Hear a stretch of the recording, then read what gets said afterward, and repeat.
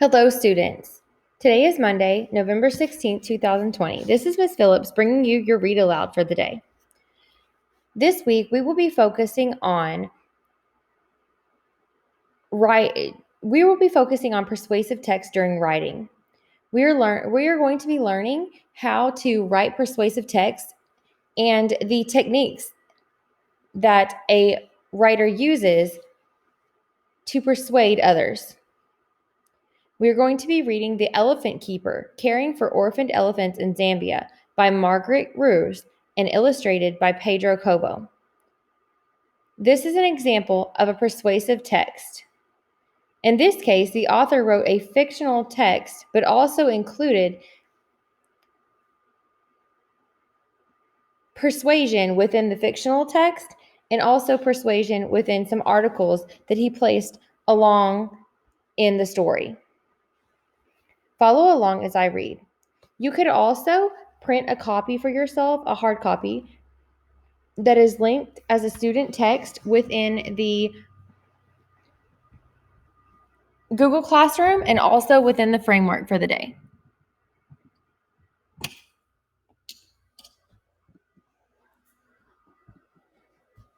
Orphaned. The sun was a glowing red ball in the eastern sky when Aaron left his family hut. It was still dark, but he knew just where to place his bare feet on the dusty path.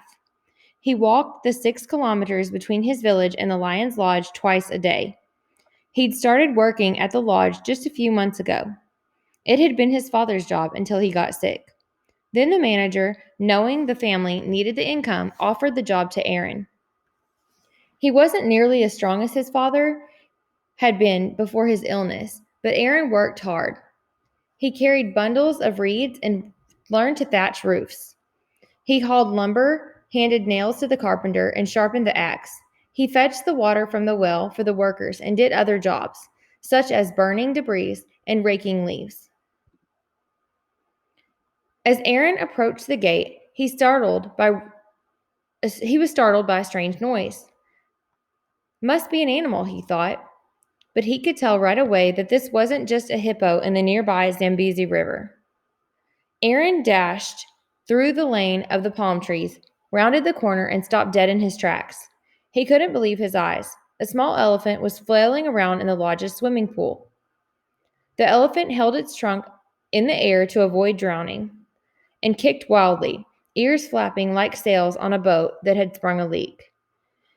Aaron glanced around nervously for the mother elephant. Was she nearby?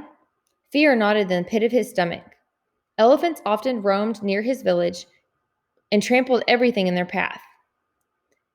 Hadn't they just recently killed one of the villagers? But there were no elephants in sight, and this one needed help, fast. Aaron raced to the cottage where the gardener slept. Help, hurry, he called, pounding on the door. What should he do? He had seen elephant mothers use their trunks to guide and prod their babies. Could he somehow guide this one to the edge? He ran to the pool shed and flung the door open. With shaking hands, he rummaged through the equipment, grabbing a rope, a hose, and a rake. When he got back, the gardener, still in his pajamas, was beside the pool. The manager came running from the lodge, followed by the cook, who had heard all the commotion. Sleepy guests appeared at their windows. Soon, they too converged on the lawn in their pajamas, holding cameras. Aaron threw the hose and the rake down on the deck and, surprising himself, jumped straight into the water. The little elephant snorted and splashed frantically, but it was getting tired, and this allowed Aaron to get close with a rope. One of the boys who worked in the kitchen jumped in too. Together, they were able to get the rope under the elephant's belly. With the cook and gardener pulling from the edge, Aaron and the other boy attempted to push the elephant up, but doing their best to steer clear of its thrashing feet. But it was no use. The lodge's guests shouted encouragement. You can do it. Keep trying. Don't let it drown. Aaron looked into the elephant's eyes. He saw terror there, but he also thought he glimpsed a flicker of hope. Hope that it could be saved. Aaron took a deep breath. On the count of 3, he yelled. Between them, The men on the ground and the boys in the pool finally managed to drag, pull, and push the exhausted animal onto the deck. Aaron climbed out of the water and sat on the edge, panting and dripping. He watched the elephant lying on its side, trembling. It looked straight at Aaron and blinked. Aaron couldn't take his eyes off of it. This was a wild elephant? A truck pulled up and some men in uniform stepped out. He saw them waving their arms and overheard snippets of their conversation to the lodge manager. Found the mother. Killed. Poachers. Aaron wondered if animals had feelings like humans. Did it see its mother get killed? The men loaded the elephant onto the truck. Aaron heard them talking about medical checkups and an elephant orphanage. One of the men shook his head. Such a young elephant might not survive. Walking home after work, Aaron thought of the animal he had helped rescue. Never before had he touched the thick, rough skin of an elephant. He wondered if it was at the orphanage now, and how was it doing? Was it alive? When he reached home, his mother was sitting outside their hut. She had prepared a meal of nishima with vegetable stew and handed a bowl to Aaron.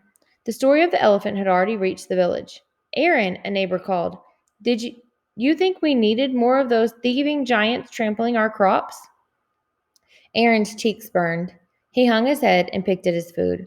"Don't listen to them," his mother said. "You did the right thing. You don't just let an animal die. Even if it might kill you or steal from you?" His mother shrugged. "They are hungry. We are the ones who know how to grow food, so they come here. To them, it's not stealing, it's survival." Aaron thought of how they often lost mangoes and corn to foraging elephants, and how that meant they had no crops to sell, no money to pay for the things they needed. "I hear that in some places people plant hedges of fiery peppers around the crops to keep the animals away," his mother added. "Killing them is not a good solution." "But they kill people," Aaron said, thinking of the villager who had been trampled. "Matunwa was killing elephants," his mother said, as if reading his mind. He knew that it was dangerous. Aaron sighed. It was complicated. This is an article placed within the story. I'm going to start now on page 12 and read it. Notice how the writer placed actual pictures of real live elephants in this part of the book, in the story.